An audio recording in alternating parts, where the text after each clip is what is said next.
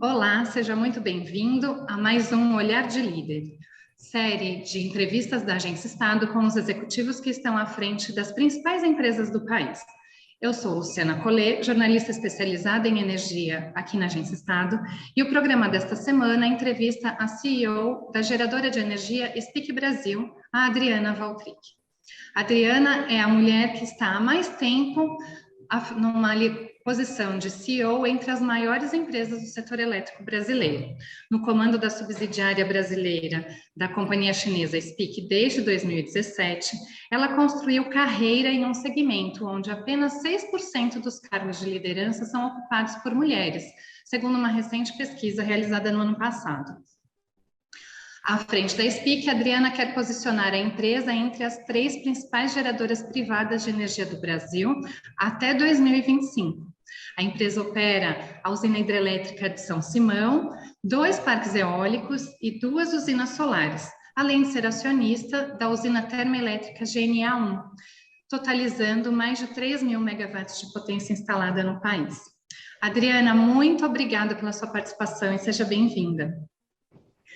Para começar, eu queria, antes de falar de futuro da empresa, de presente da empresa, eu gostaria de perguntar um pouco mais sobre esse desafio de ter uma posição de liderança em uma companhia de origem chinesa, em um setor majoritariamente masculino ainda, né? Como que é esse desafio e que diferenciais as qualidades tipicamente femininas podem favorecer e ajudar a tocar um negócio no setor. Obrigada, Luciana. É um prazer estar aqui conversando com você. E eu nem me dei conta que eu era uma das poucas executivas, né, num setor tão masculino. E essa foi a verdade sempre. Eu sempre trabalhei com muito foco, com muita disciplina, e a questão de gênero, para mim, nunca foi algo que eu notasse, né? Então, o que quer dizer que quando a gente foca num trabalho e quer entregar esse trabalho com competência, as questões de gênero viram secundárias, especialmente na minha época em que era muito difícil abrir portas, né? Eu fui abrindo portas sem perceber. E uma vez abertas, eu espero ser inspiração para as outras mulheres, que elas também vejam que não há limites para a competência, para a disciplina, para foco, para crescimento, e que a gente possa deixar essas portas abertas para todos que sejam e queiram crescer e evoluir no setor e na sua carreira. Então, esse para mim foi sempre o meu moto. Eu trabalho desde os 16 anos de idade, então foi uma carreira construída assim, grão por grão, passo por passo, e deu tudo certo porque foi uma carreira assim de muito trabalho, de muita dedicação. Então, espero sim manter as portas abertas para as mulheres que chegam e que elas encontrem ambientes que as recebam de braços abertos, né, de portas abertas. Trabalhar para uma empresa chinesa que também tem questões culturais muito diferentes das brasileiras, da questão cultural brasileira, nos coloca e me coloca como uma tradutora de realidades, né? Alguém que tenta fazer uma ponte sobre, através de realidades muito diferentes, trazer o melhor da Ásia e do Oriente e combinar isso com o melhor que temos aqui no Brasil.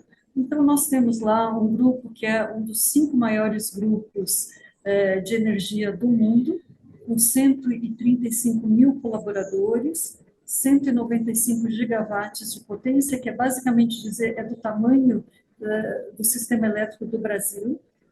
E o que tem de muito interessante na China, além do poderio financeiro, é a capacidade de inovação e de implementação de novas tecnologias. E eles construíram um setor energético muito inovador em muito pouco tempo. Então, a gente busca fazer a ponte desta inovação, dessa solidez financeira, sendo o Brasil uma dos locais de crescimento desse grupo, que encontra aqui no Brasil uma abundância de recursos naturais, uma equipe muito capacitada para as questões regulatórias e setoriais específicas do Brasil, e que, enfim, consegue fazer a gestão de vários tipos diferentes de projetos, tanto o projeto hidrelétrico grande dos anos 70, que é o caso da nossa hidrelétrica São Simão, quanto novos projetos solares com as tecnologias mais de ponta existentes. Então, é isso que esse acionista encontra aqui no Brasil, e por isso nos tornamos uma rota de crescimento do grupo. Aliás, o Brasil foi o país que mais cresceu nesse grupo no último ano. Então, um ano que foi um ano difícil para todos, um ano de pandemia, e nós continuamos investindo e trilhando o nosso caminho de crescimento aqui. Eu queria aproveitar e justamente perguntar um pouco sobre esses caminhos de crescimento, né? Por onde eles estão sendo, estão sendo percorridos, quais que são o foco da companhia nesse momento? A nossa empresa tem basicamente 4 pilares de crescimento. Um são as hidrelétricas, e exemplo disso é a hidrelétrica São Simão, que já está no nosso portfólio. Então, hidrelétricas operando ou greenfield, se houver no Brasil. O outro foco são as energias renováveis, solar e eólica, ou a combinação das duas nos projetos híbridos, então, pilar renovável. O outro foco são as energias de térmicas a gás, provenientes das térmicas a gás, que são um tipo de energia estruturante, importante para um setor que está se diversificando cada vez mais com energias intermitentes. Então, uma energia de reserva que dá segurança para o setor. E o quarto pilar são as inovações tecnológicas. Exemplo, o hidrogênio, o Smart Energy, em que a gente consolida uma série de tecnologias como solar, com baterias, gestão de projetos comerciais e de condomínios, e, por fim, as baterias por si só. Então, no caso da inovação, a gente já está implementando no Brasil tanto um projeto de hidrogênio piloto, como também, junto com o CEPEL da Eletrobras, nos associamos para implementar a Smart Energy, que é um conceito de um pacote de melhoria da inteligência do uso da energia em complexos comerciais e residenciais. Então, estamos fazendo isso já com o primeiro projeto piloto junto com o CEPEL. Então, esses são os nossos 4 pilares: hidrelétricas, renováveis, solar e eólica e híbridas, térmicas a gás e inovação, que nos leva cada vez mais rápido para a transição energética. Aprofundando cada um desses 4 pilares aí, começando pelas hidrelétricas, vocês administram, né, operam a São Simão e tem um plano bem audacioso de modernização, né? Conta mais um pouquinho desse plano, né? E o quanto também queria saber o quanto ele pode ajudar em eventuais outras iniciativas de repotencialização, né? Agora que se discute também bastante essa frente. Sim, bom, a hidrelétrica São Simão é uma hidrelétrica de grande porte, 1,7 giga, e ela é um ativo construído em 1978. Então, ela tem aproximadamente 40 anos, e estamos implementando uma grande modernização que significa digitalizar toda essa hidrelétrica, que é toda analógica, ela é toda eletromecânica em termos de sistemas, e nós estamos, então, implementando, junto com a GE, o consórcio da GE e da Power China, um programa que vai levar 9 anos de trabalho. Vamos investir R$ 1 bilhão, e vamos ter uma energia muito, muito confiável, com parâmetros de qualidade muito mais precisos. Então, hoje, a gente tem todos os parâmetros muito bem colocados, mas eles são todos eletromecânicos, dão muito trabalho. Então, à medida que a gente digitaliza essa hidrelétrica, a gente pode fazer algumas outras coisas. Trabalhar uma potência maior, e aí os leilões de potência de energia podem ser muito convenientes para o país e para as empresas que estão posicionadas, e nós podemos também imaginar a expansão dessa hidrelétrica desde que a regulação nos permita. É dizer que, bom, nós já temos construção civil e podemos colocar mais máquinas se a regulação assim permitir. Temos trabalhado no sentido de demonstrar que seria ganhos para o país, energia renovável, que vai estar disponível, que está a meio caminho andado, com obras civis já feitas dos anos 70, que pode ser otimizadas através de colocação de mais turbinas, e turbinas muito modernas, e que otimizariam essa produção de energia. Então, dito isso, a modernização da São Simão nos leva para hipóteses adicionais de expansão do próprio parque e de repotenciação da usina, podendo participarmos agora dos leilões de potência, que são muito importantes para o país, à medida que a gente traz mais e mais energias intermitentes. Um crescimento nessa frente de geração hidrelétrica se daria mais por essa expansão da própria usina, ou se vislumbra a possibilidade de novos ativos, né, de novos aproveitamentos hidrelétricos ainda irem a leilão, e a SPIC eventualmente participar, né, de um leilão, enfim. A gente olha a hidrelétrica tanto operando, principalmente quando ele quiser trocar de posição e quiser monetizar, como também olhamos a possibilidade de novas hidrelétricas, caso o país eleja esse caminho para a expansão hidrelétrica. Então, aguardamos os próximos planejamentos da EPE. Se houver a expansão hidrelétrica, greenfield, novas, a gente sim estará avaliando. Por enquanto, né, o crescimento, a expansão da matriz elétrica brasileira tem sido bastante calcado em novas usinas eólicas e solares, né? Vocês já têm ativos nessas duas fontes, e entendi que também se observa a possibilidade de alguns ativos híbridos, né? O que poderia ser feito pela companhia assim mais a curto prazo nessas duas? A gente já está trabalhando projetos híbridos, tanto solar no reservatório da hidrelétrica, então aí é uma combinação de solar com hidrelétrica, coisa que a gente vê muito na China, isso já é muito comum naquele lado do mundo, e de fato otimiza muito a possibilidade, porque há a capacidade de escoamento, e ao mesmo tempo você tem uma grande área ali com o recurso do sol disponível. Então, isso é um projeto que já estamos fazendo. E outro projeto é o híbrido solar e eólico. Alguns projetos eólicos que temos no teste, a gente já está trabalhando para a hibridização deles, ou seja, adicionar placas solares em torno dos parques, em torno das torres eólicas. E, de novo, a gente tem uma área bastante grande entre uma torre e a outra, com elevada incidência solar. Otimiza muito a possibilidade até do escoamento, dado que, em geral, nos nossos parques, a gente produz muito mais durante a noite, pelo vento, e durante o dia, quando o vento é menor, a gente pode trazer mais a energia solar como complemento. Então, isso até otimizaria o escoamento e a transição, porque essa estrutura tem que estar ali disponível para o escoamento da área eólica. Então, temos trabalhado nesses projetos, temos trabalhado o hidrogênio e as baterias também. Tudo isso olhando essa década como sendo a década da transição energética, né? Só para o Brasil, mas para o mundo.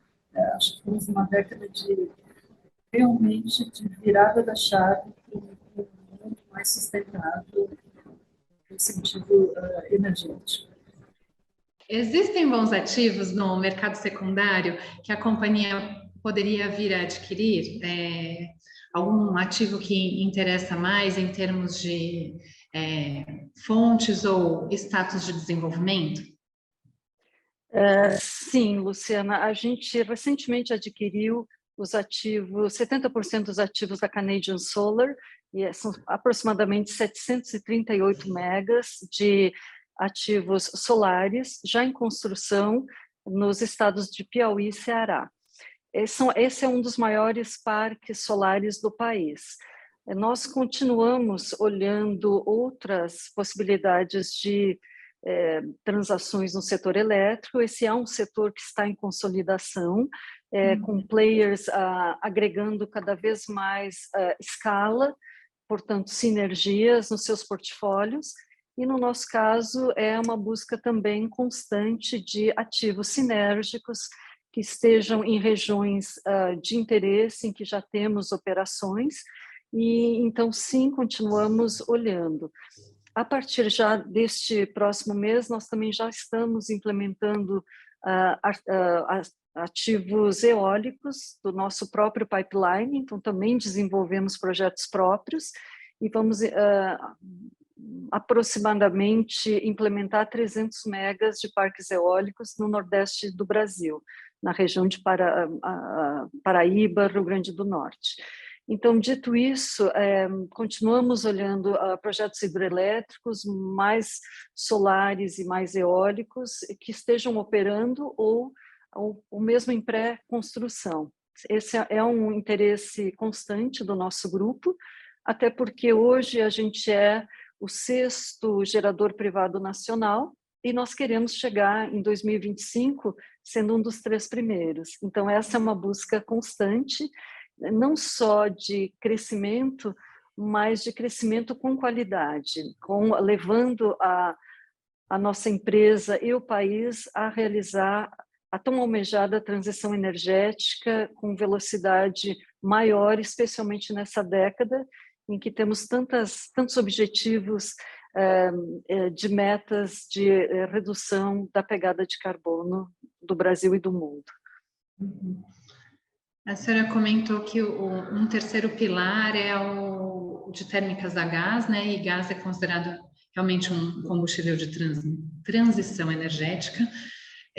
Como que seria um crescimento, um fortalecimento da atuação que a companhia já tem por meio da GNA nessa frente?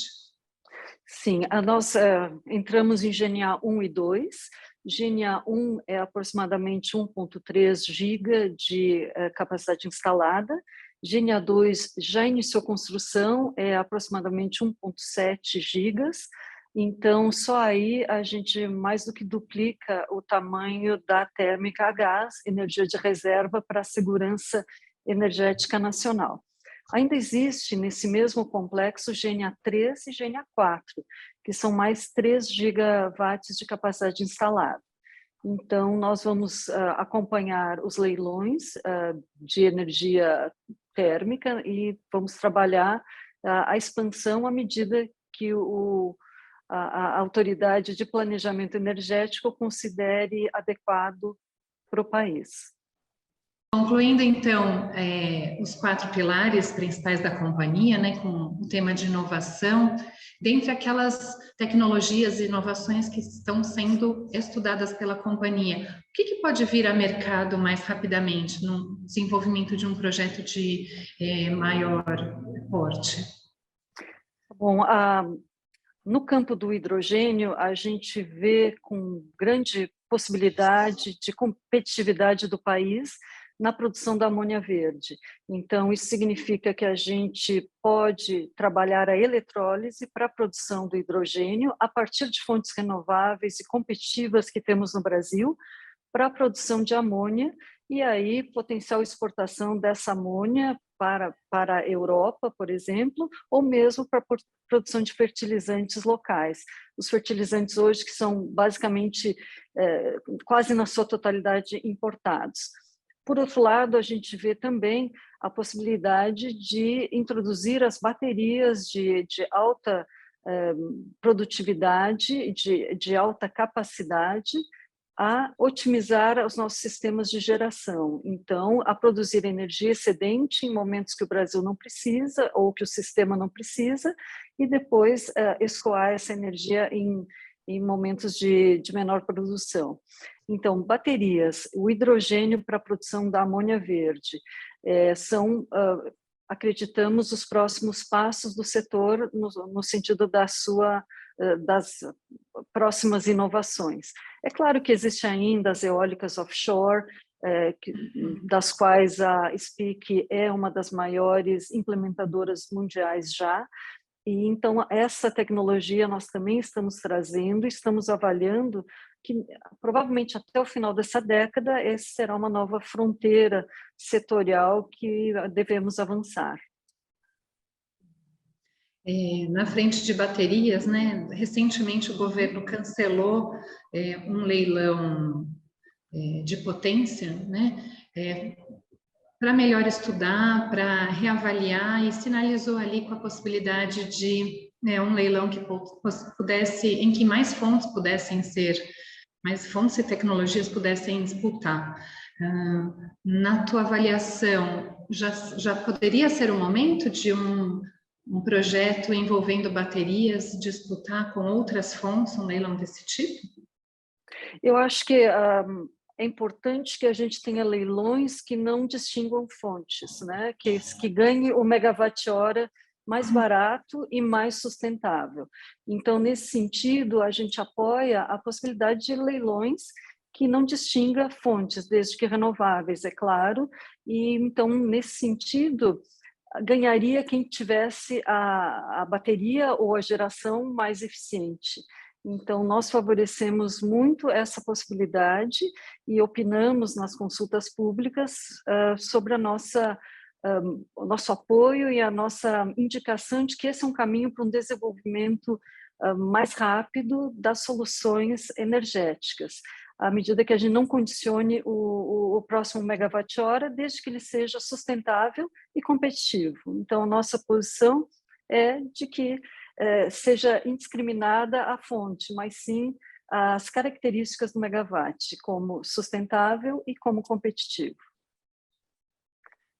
Numa outra frente aí de desenvolvimento de política energética e regulação, né? Recentemente, agora o governo anunciou ali a portaria número 50, que abre o mercado livre para todos os consumidores em alta tensão, né? E a companhia tem atuado também muito focada, né, no atendimento a mercado livre. Como a senhora avalia essa posição e que próximos passos, né? Se fala já de um próximo passo de abertura para baixa tensão, né? Qual que é a expectativa? Bom, nós trabalhamos na consulta pública favorecendo a liberação da alta tensão, que exatamente como ocorreu, e a partir de 2024. Então, achamos que é muito bom que toda a alta tensão possa competir e buscar o megawatt-hora mais barato e mais competitivo para diferentes produtos. Sob o ponto de vista de liberar o mercado como um todo, nós estamos trabalhando também nas consultas públicas, entendemos que deve sim haver uma liberação, somos favoráveis, mas que ela seja uma liberação bastante responsável e gradual, porque há uma série de compromissos e subsídios que estão colocados na rede de distribuição que precisam ser resolvidos ao longo do tempo. Então, entendemos sim que a distribuidora, o papel da distribuidora é o fio, né, por assim dizer, e não a energia, mas que a liberalização até a última milha do baixa tensão, ela precisa ser muito bem estudada e gradualizada, se é que existe essa palavra, ela precisa ser gradual, porque existe uma série de compromissos das distribuidoras que nós temos que considerar enquanto país, enquanto os vários segmentos que estão ali conectados. Isso, então, precisaria avançar com a discussão ali no âmbito legislativo de uma modernização das regras setoriais, né, como o PL 414. Exato, esse é todo o debate, né? A como liberalizar e a que velocidade liberalizar de uma forma responsável. Ainda na frente de regulação, que tema, na visão da companhia, é mais primordial de avanços regulatórios e que vocês talvez tenham uma contribuição a fazer e uma defesa a fazer?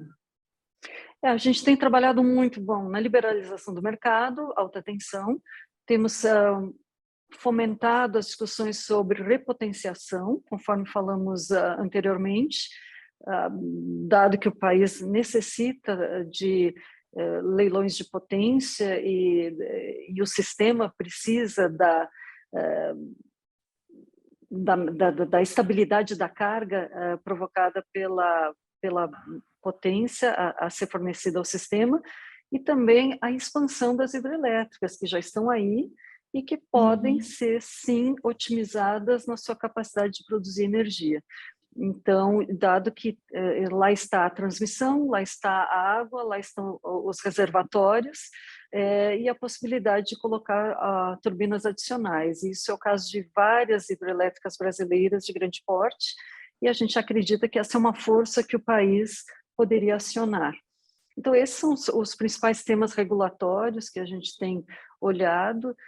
Evidentemente, achamos que é importante trabalhar a normatização dos créditos de carbono, tornar isso um mercado regulado e não só voluntário, não apenas voluntário. Entendemos que precisamos regulamentar o hidrogênio, como é que transporta, como é que distribui, e entendemos assim que toda a transição energética precisa de algum fomento da regulação, e esses seriam os nossos principais pontos de imediato, para que o país se posicione como um produtor e um protagonista, né, um líder de energia renovável global. Temos tudo para isso e precisamos avançar, né, na nossa regulação, para que, sim, os investidores possam trabalhar e desenvolver os mercados. Então, esse foi o Olhar de Líder, que está chegando ao fim mais uma vez. Obrigada, Adriana, pela entrevista e até uma próxima.